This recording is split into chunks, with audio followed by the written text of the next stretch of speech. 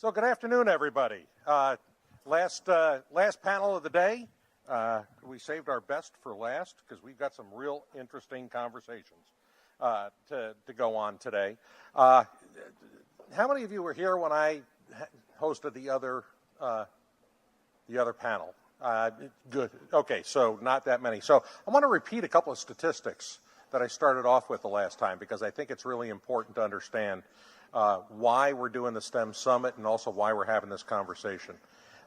Just 2 weeks ago in the Washington Post magazine, they put some very interesting statistics in place. By 2020, the DC region is projected to be the #1 location for STEM career people in the country. Out of 100 metropolitan areas, the largest 100 in the country, they're expected to be #1 here. Right now, we're #2 in those 100 in share of the workforce in STEM disciplines. At 11.7% of all jobs require a degree in a STEM discipline here in the local area, which says this is an important place to be. Even more importantly, the unemployment rate here in the local area is 4.8%. If you have a bachelor's degree, it's 3.1%. If that bachelor's degree is in a STEM discipline, it's 1.2%. Less than a quarter the national average unemployment. Now for the bad news. When you look at those 100 locations around the country, in terms of math proficiency in 4th grade, we're 98th out of 100. Math proficiency in 8th grade, we're 100 out of 100. And this is on the national standardized math tests. There's a disconnect there. One of the reasons you see a lot of people moving into this area is we're not getting the STEM people through the pipeline that are work ready and have got those careers. That's why we're doing these events, and that's why we're having these conversations. And it's really good to have the panel that we have here today. This is about opportunities in STEM. And we're coming at it from 3 different perspectives. From an educator perspective, from somebody who's right in the middle of the educational system, and then from somebody who's on the hiring side. So you're getting the 3 ends of the pipeline. So first, our first speaker is Dr. Evan Glaser. He spoke to you earlier today. He's the principal at Thomas Jefferson High School. Next to him is Aditya Singh. He's a student at Thomas Jefferson, and he's headed to MIT. By the way, my boss's alma mater, so I have to say yay, even though I'm a Syracuse grad. Go Orange. And then the third one is Paul Selby, president of LGS. So I'm going to start out by giving each one of them a couple of minutes just to introduce themselves a little bit to you. And then we'll start with a couple of questions from me and then a couple of questions from you. So let me start with Dr. Glaser. Hello, everyone. So as the principal of Thomas Jefferson High School for Science and Technology, I am responsible for providing a unique environment in STEM for our students as a regional magnet school. So we draw students from Fairfax County, Loudoun County, Prince William County, Arlington County, and Falls Church City as a public magnet school. The admissions process is independent of the school, and it primarily intends to draw students who have a passion for STEM as well as being prepared for a challenging curriculum. At our school, I think what defines our uniqueness is that we celebrate research, and we fundamentally want to prepare students to ask questions that don't have known answers and use scientific inquiry and engineering approaches to solve those problems and answer those questions. There are 14 unique areas of research, so there's a large breadth of disciplines where our students will take unique courses in order to have a culminating research project at their school.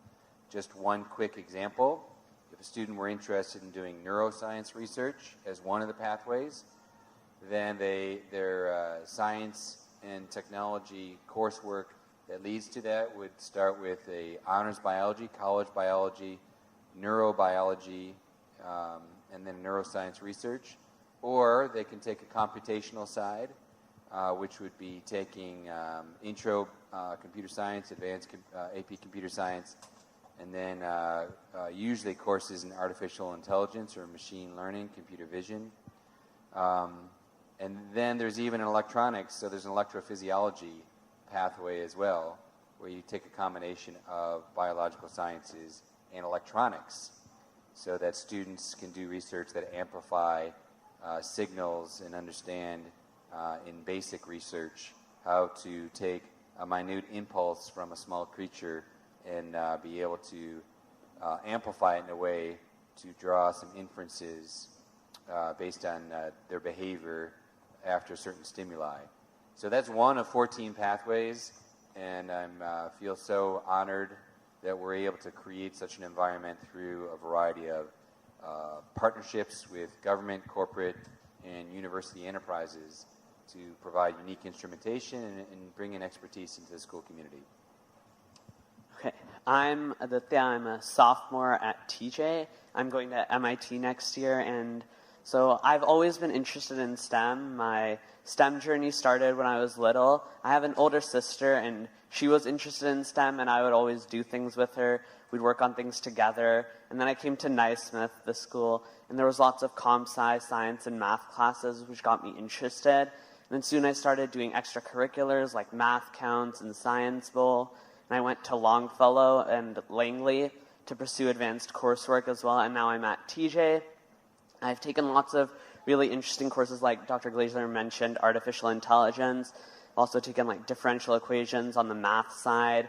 I'm in quantum mechanics right now and organic chemistry. So as you can tell, I really like pursuing STEM in my free time as well, like extracurriculars like math team and science bowl. And I also believe in like helping other kids get into STEM. Like I'm part of Malaria Free World, where we encourage STEM awareness and malaria awareness. And of course I'm talking here, and I look to continue this as I go on in my educational journey. And next year, of course, I'll be at MIT, and I'm probably going to study applied mathematics, computer science, or neuroscience. So this is the bit where it feels a lot like Sesame Street. One of these things is not like the others. And I'm nowhere near as accomplished as this distinguished panel, and could not be more proud of this young man, who I asked him, I said, how do you go from being a sophomore at TJ to being a freshman at MIT? So he is not part of the reason that we're in that 100 that Ed talked about. There is no more high school math for him. He's done. He can't do any more. There's nothing more challenging in high school. So he has to go to MIT to learn how to do more math. So I'm sure your parents are very ashamed of you. I am the president of the Product Solutions and Applications Group of LGS Innovations. And so I bring a different perspective of this in what we are looking for and what we need to sustain our competitive advantage in the United States. So just a quick background of what LGS is it used to stand for Lucent Government Solutions. So we were the R&D and government group within Lucent. And most of you will be familiar with Lucent from Bell Labs. So we took the Government Communications Lab out of Bell Labs and set that up in a separate company. And that's what LGS is. So we have about 1,200 people. About 850 of them are research scientists and engineers. And what we do is solve the most complex problems that the United States government has. Things like cybersecurity. How do we ensure that what we're doing today keeps us safe for tomorrow? How do we communicate on the battlefield? How do we communicate in space? Those are the kind of problems that we help the government solve. So when you think about why STEM is important and why it's important in the United States, because Mr. Swallow put out some pretty harrowing statistics about the D.C. area, both good and bad. So here's a couple more statistics that'll kind of open your eyes a little bit.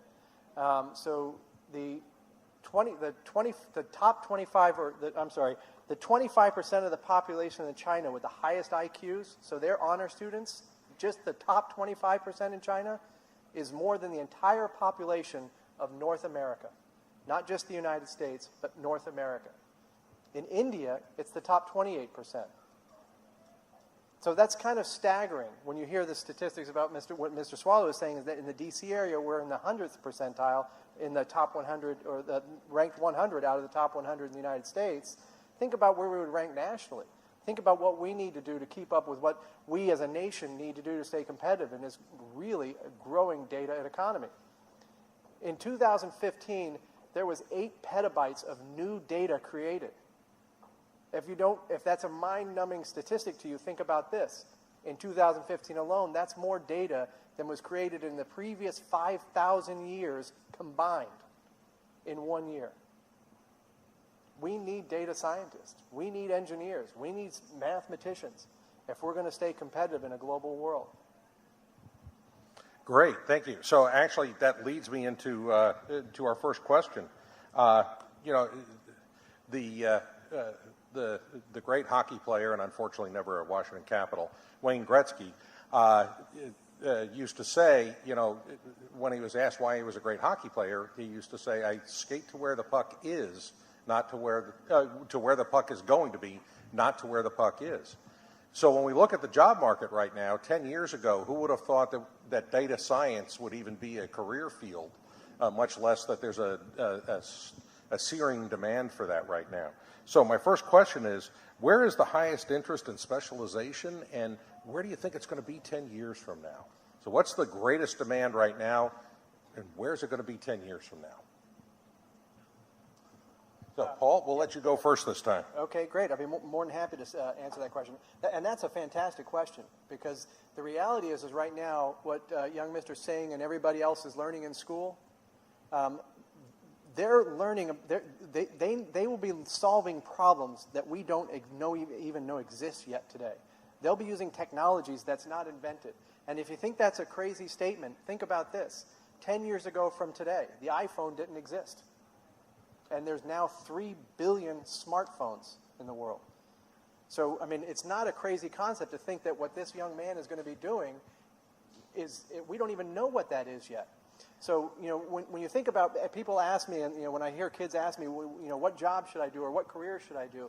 My response to them is, well, what problem is it you want to solve? Because that's where you got to think. Not what job you want, but what problem do you want to solve? Because there's tons of problems we got to solve. By the year 2020, it's only 3 years from now, we estimate that there's going to be 10 million driverless cars on the road. Who's going to program them? Who's going to design them? Who's going to engineer them? I hope it's him and not me, because otherwise there's going to be 10 million accidents going on simultaneously. The other area that I think is probably a great area to focus on is cybersecurity. There's not a day that goes by we don't hear about some attack or you know, some leak of information or some scandal that's going on in the cybersecurity realm. So there's a tremendous focus on that. We think, and it's hard to predict these things because things just change so quickly in technology now, but the current trend is right now we expect there to be in the neighborhood of about 75 billion internet-connected devices by the year 2020. 75 billion. Your televisions, your refrigerators, your cell phones, your cars, everything is going to be connected. Think about how vulnerable that leaves us. I mean, we've all heard about what's going on in the news, and we've heard about the leaks. If we don't understand how to protect our own devices, I mean, there was a virus hit about 4 months ago called Mariah. And what that did is it just looked through all of your home devices and to see if you had the default password set on your home devices. Now, just curious, how many people here have changed the default password on your router at home? Yeah, maybe 10% of us? The rest of you go do it when you get home. Yeah. I mean, think about how vulnerable that leaves us. So cybersecurity is another area. So, the data fields, data scientists, data mining, learning how to transform data into knowledge, because data by itself doesn't, we've got so much data now that we don't even know what to do with it. But turning that data into knowledge is another big field. So pass it on to my colleagues. So I think, again, I agree with what Paul said at the start about how you don't really know what's going to be there. Like 10 years ago, was Facebook a big thing? No, right? There weren't any social media managers. There weren't any Uber drivers. Now we take Uber for granted, but 10 years ago, there weren't Uber drivers, right? So I think the biggest thing is to follow your passion and see where that leads you, because you just have to keep your eyes open for opportunity and seize that opportunity when it comes up. Now, having said that, I do think there's going to be a lot more jobs in like service and like human-machine interfaces. And by that, what I mean is currently, right, we have doctors treating individuals in hospitals. And a lot of people think that later we're just going to have robots in hospitals. But the thing is, some elderly patients or any patient might not be comfortable being treated by a robot, right? They want a human doing the job. So you have to make that human-machine interface so that humans are comfortable with it. Like we were talking about driverless cars, right? You need to have an easy-to-use interface. And like we all saw the Tesla outside today, right? It has this auto-driving capability, but at the same time, a human can always take control by just grabbing the wheel. And that makes a lot of people more likely to buy the car. And so I think little things like this, and people who code for things like this, and make this user experience even better. Like, again, 10 years ago, nobody heard of the term UX, right? User experience. But now almost every startup has a UX division to see each user's experience to a new app or a new like technology or app or a new gadget, right? So I think it's very important for people who understand how people interact with machines will get more jobs in the future, because when you write code, right, a human is putting their intelligence into code. Like a robot can't write code for itself, at least not right now. Maybe some of you have ideas, I don't know. But that's why you always need a human there. So you want to make yourself, you want to go for a job which a robot can't take over, which requires the human creativity or the human interaction. So. All right, so I gave a presentation earlier of 16 careers that need to be invented in STEM, and actually these two gentlemen touched on a couple of them. And then I asked, I went through a tournament, Sweet 16 STEM tournament, where the audience essentially had to narrow down the pool. And so the audience selection was actually optimizing clean energy and the environment, so as an important area of need. So I suppose working in fields of security or artificial intelligence won't be important if our planet doesn't really exist or becomes uninhabitable. We don't want to turn into the Matrix. So that was the consensus of the group, is that the innovation in removing toxins from the environment or being able to create clean energy and clean air will be crucial in the future. Great, thank you.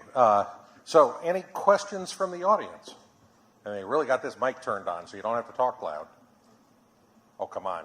I've got more. I can keep asking questions. So my question is for Dr. Glaser. As you think about skating toward the puck and where it will be, how would a school like TJ or any school do the basics that you have to do, the fundamental basics, but how do you think about engaging the students for that next chapter, the 10 years and beyond?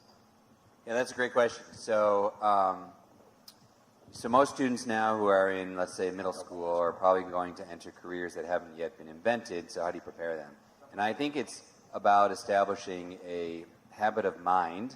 It's less about the subjects and more about helping students understand how to think, ask good questions based on what hasn't been done before, and understand systematic methods and how they can reveal answers to what's unknown. And so you're essentially helping students become problem solvers or innovators, creators, be generative in their thinking. See, a lot of times in education, one of our pitfalls is that there's a known curriculum and you kind of have to, the teacher kind of creates an environment so students are learning that knowledge and understanding. And that's useful to a certain point, but ultimately, students have to be generative in their thinking, where they're in a habit of asking questions, not just about what the teacher knows or what's actually known, but being creative in their thought and being willing to take risks. And so I think that's fundamental. The only curricular area that I think is de-emphasized in schools that there's a sense of urgency behind is in computer science. Now, at a school like TJ, we require all students to take computer science, and many of them take more than 1 year computer science. But around the country, computer science is like a hobby. And there's a great irony because the career pathways that these two gentlemen described require an intense levels of understanding in computer science. So I think one of the challenges that education faces with computer science is being able to meet the market demand.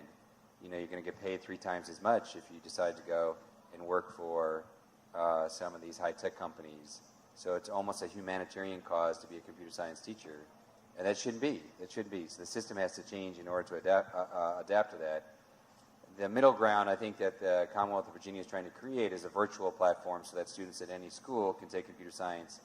And it's not necessarily directly from a teacher because the supply doesn't meet the demand, but at least it's giving students a pathway into that. So that's a start in terms of subject areas. But that's probably going to change in the future because you see a lot of kids learning computer science now in elementary school, and I think it'll become one of the common skills that are developed over time. But we're in a phase where most teachers who are prepared right now to teach don't have a background in computer science. And you know, eventually that's going to change just based on the demand and innovation like these guys are saying.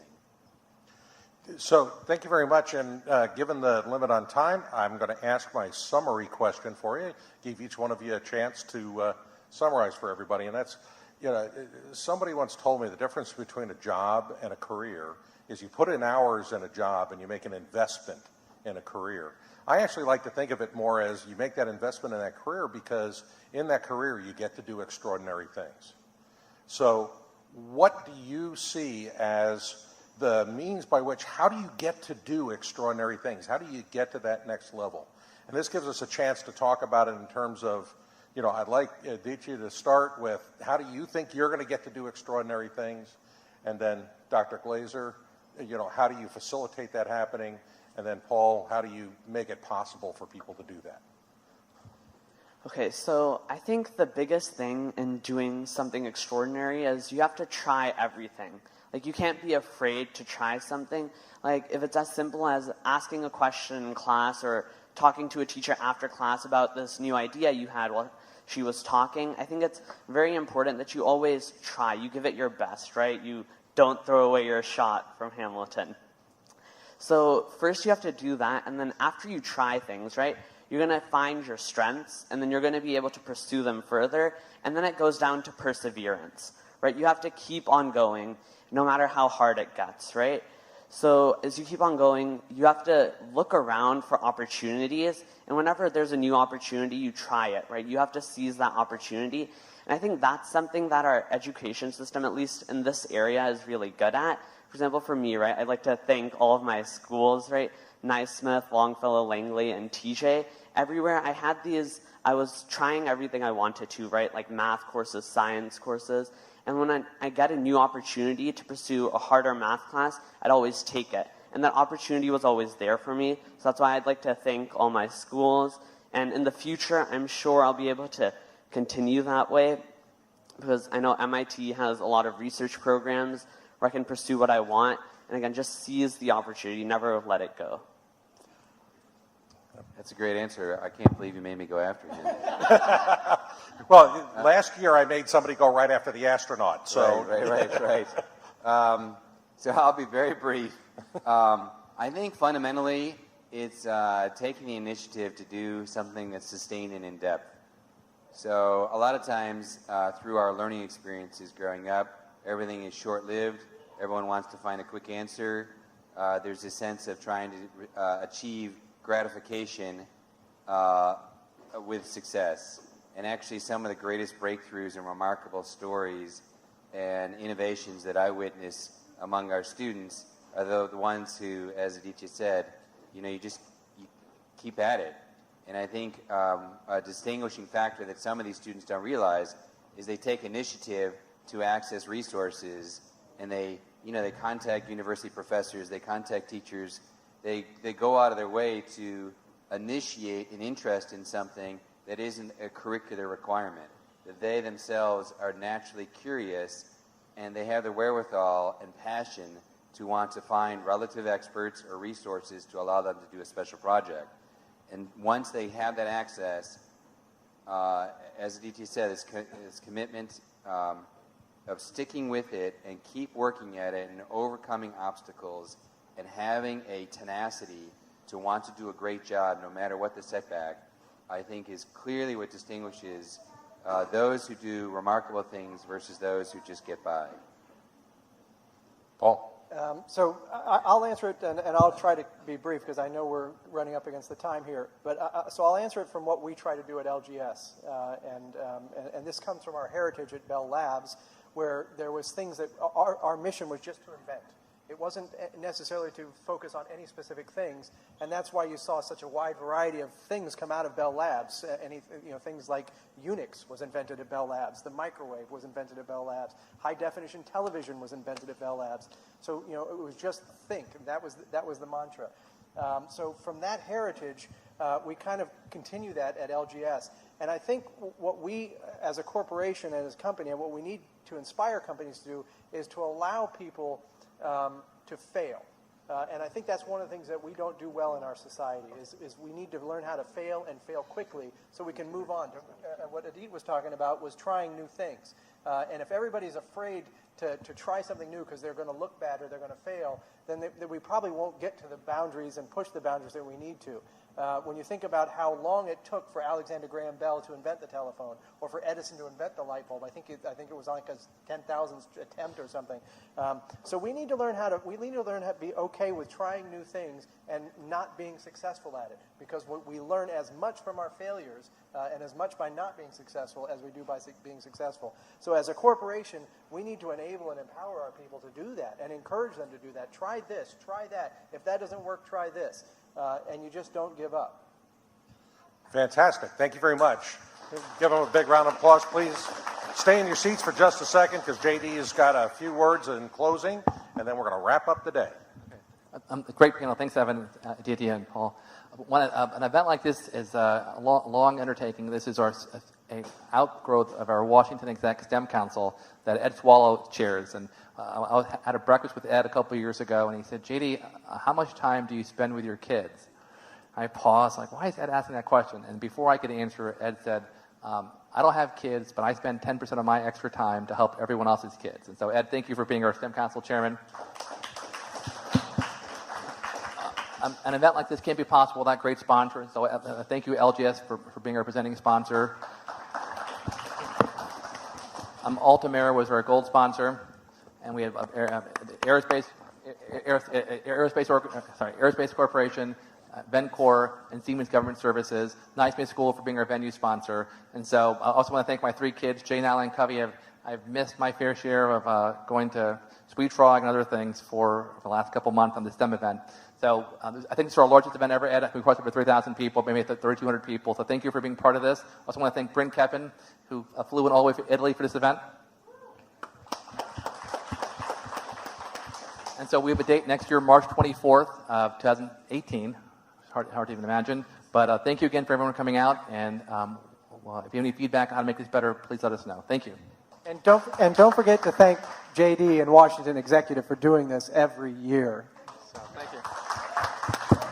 So also, this is Evan's last event as principal of TJ. Evan, you want to close out with any final comments in terms of what you have learned from all the years in STEM on behalf of these kids? I think fundamentally just enjoy the ride. Just love what you do and go after it. I mean, I know it seems really simple, but what these gentlemen here have said, someone who's ready to embark on a career and someone who is a leader in his career, it's really about going after what you believe in, and don't be afraid to take risks. Fail along the way, learn from mistakes, get right back up, and create the future. And it's been a remarkable journey. Thank you, JD, for supporting all of us. Yeah, thank you. Good.